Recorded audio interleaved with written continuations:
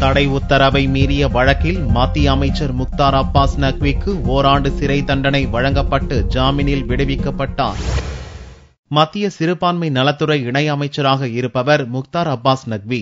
உத்தரப்பிரதேசத்தைச் சேர்ந்த முக்தார் அப்பாஸ் நக்வி 2009ஆம் ஆண்டு லோக்சபா தேர்தலின் போது ராம்பூர் தொகுதியில் தேர்தல் பிரச்சாரத்துக்கு சென்றார். பட்வா எனும் பகுதியில் அவருடன் வந்த வாகனங்களை போலீசார் தடுத்து நிறுத்தி சோதனையிட்டனர். இதனால் முக்தார் அப்பாஸ் நக்வி தனது ஆதரவாளர்களுடன் பட்வாய் போலீஸ் நிலையத்தை முற்றுகையிட்டு போராட்டம் நடத்தியதால் நக்வி உள்ளிட்ட 20 பேர் மீது தேர்தல் நடத்தை விதிமீறல், சட்டவிரோதமாக கூடுதல் உள்ளிட்ட பிரிவுகளில் வழக்கு பதிவு செய்யப்பட்டது. இவ்வழக்கை விசாரித்த ராம்பூர் மாவட்ட நீதிமன்றம் முக்தார் அப்பாஸ் நக்வி உள்ளிட்ட 19 பேருக்கு ஓராண்டு சிறை தண்டனை விதித்து தீர்ப்பளித்தது. தீர்ப்பை கேட்க நீதிமன்றத்தில் ஆஜராகியிருந்த நக்வி உள்ளிட்டோரை சிறையில் அடைக்கவும் நீதிபதி உத்தரவிட்டதை தொடர்ந்து அனைவரும் சிறைக்கு கொண்டு செல்லப்பட்டனர்.